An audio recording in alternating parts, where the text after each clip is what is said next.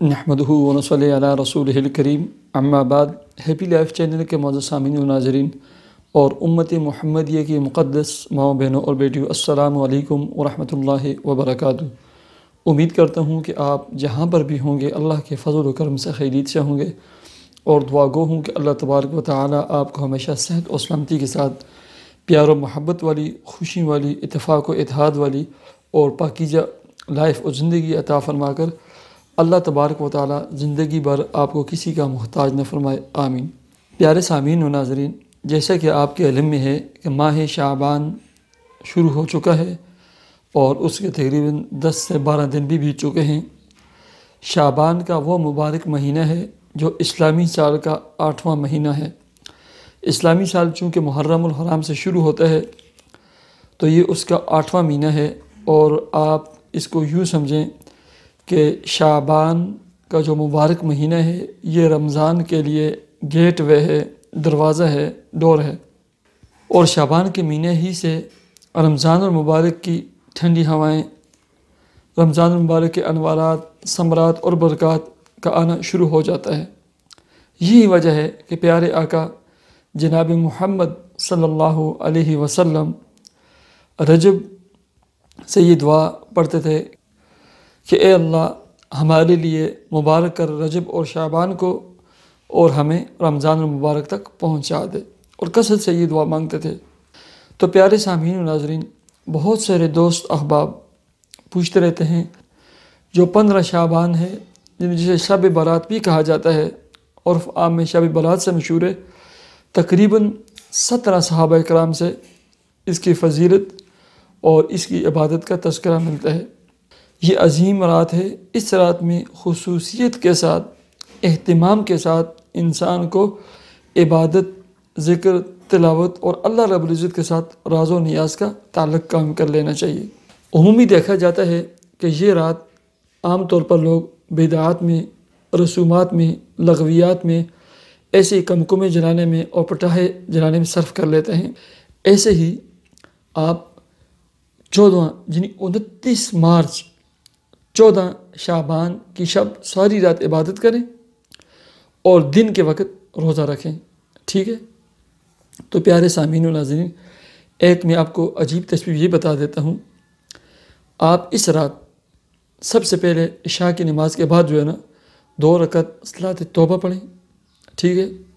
اور اس کے بعد سورہ یاسین کی تلاوت کریں۔ جب یہ پڑھ لیں اس کے بعد آپ 2 رکعت صلاۃ شکر ادا کریں کہ اے اللہ مجھے آپ نے مسلح پر کھڑا کر دیا، اور اس کے بعد آپ سورہ رحمان کی تلاوت کریں، ٹھیک ہے؟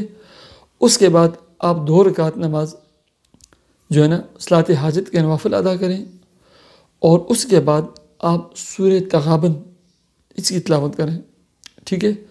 اور اس کے بعد آپ عمومی نفل پڑھیں یا صلاۃ تسبیح پڑھیں، ٹھیک ہے؟ 4 رکعت وہ پڑھیں، اور اس کے بعد 313 مرتبہ آپ نے اول آخر 100 مرتبہ درود شریف پڑھ کر آپ نے پڑھنا کیا ہے؟ سورہ اخلاص پڑھنی ہے۔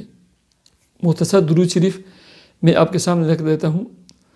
صلی اللہ علی النبی الامی، نمبر 2 صلی اللہ علی حبیبہ، نمبر 3 صلی اللہ علی محمد، ٹھیک ہے؟ اور اس کے بعد آپ دوبارہ 2 رکعت صلاۃ نفل پڑھیں، صلاۃ حاجت پڑھیں، اور اول آخر ایسے ہی 100 مرتبہ کوئی بھی درود شریف پڑھیں، اور درمیان میں بسم اللہ الرحمن الرحیم پڑھیں، اور اس کے بعد سجدے میں سر رکھیں۔ آپ کی جتنی بھی حاجات ہیں، مشکلات ہیں، آپ کی تکلیفیں ہیں، اولاد کا مسئلہ ہے، شادی بیاہ نکاح کا مسئلہ ہے، ان کی دعا کریں۔ یہ بہت ہی مجرب، انتہائی مجرب عمل ہے۔ یہ اگر آپ سے رہ گیا نا تو آپ سے ساری خیریں رہ گئی۔ یہ عمل کریں، ٹھیک ہے؟ باقی بدعات میں، رسومات میں، پٹاخوں میں، اور ایسے ہی مسجد میں آپ جائیں، اپنی نماز پڑھیں۔ حق اور سچ بات اللہ کے رسول، صحابہ اکرام، تابعین، تبع تابعین، ائمہ 4 اور اولیاء، مشائخ اور علماء کا جو قول تھا، جو حق اور سچ بات تھی، وہ میں نے آپ کے سامنے رکھ دی، آپ کے سامنے پیش کر دی۔ باقی آپ کی مرضی ہے، آپ حق پر چلیں یا بدعت کا راستہ اختیار کریں، ٹھیک ہے؟ ان بدعات سے بچیں۔ ایسے ہی کمکمے جلانا، قبرستانوں میں جانا، ٹھیک ہے زندگی میں ایک مرتبہ شب برات میں اللہ کے رسول سے ثابت ہے قبرستان جانا، آپ زندگی میں ایک دفعہ جائیں، سنت پوری ہو جائے گی۔ آپ ہر سال شعبان میں 15 شعبان کو جائیں، لیکن وہاں جا کر لائٹیں جلانا، کمکمے جلانا، وہاں جا کر سیلفی بنانا بجائے الفاتحہ پڑھنے کے، اصالہ ثواب کرنے کے، ان رسومات اور بدعات میں پڑھنا یہ آپ کے لیے اور آپ کے مرحومین کے لیے اچھا نہیں ہے، بلکہ آپ سے اس کے بارے میں پوچھ کی جائے گی، سوال ہوگا کل قیامت والے دن۔ اللہ تبارک و تعالی مجھے اور آپ کو حق اور سچ پر چلنے کی توفیق عطا فرمائے۔ اللہ تبارک و تعالی اس عظیم رات میں ہماری تمام عبادات کو قبول فرمائے۔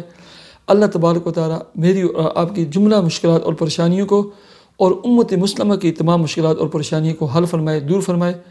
اللہ تبارک و تعالی اے سننے والی میری بہن، اے سننے والے میرے بھائی، آپ کے دل میں جو بھی نیک جائز دلی تمنا اور مراد ہے اللہ تبارک و تعالی اسے پورا فرمائے، عطا فرمائے اور حل فرمائے۔ مجھے اجازت دیجیے، اپنے چینل ہیپی لائف کو ضرور سبسکرائب کیجیے۔ اللہ حافظ۔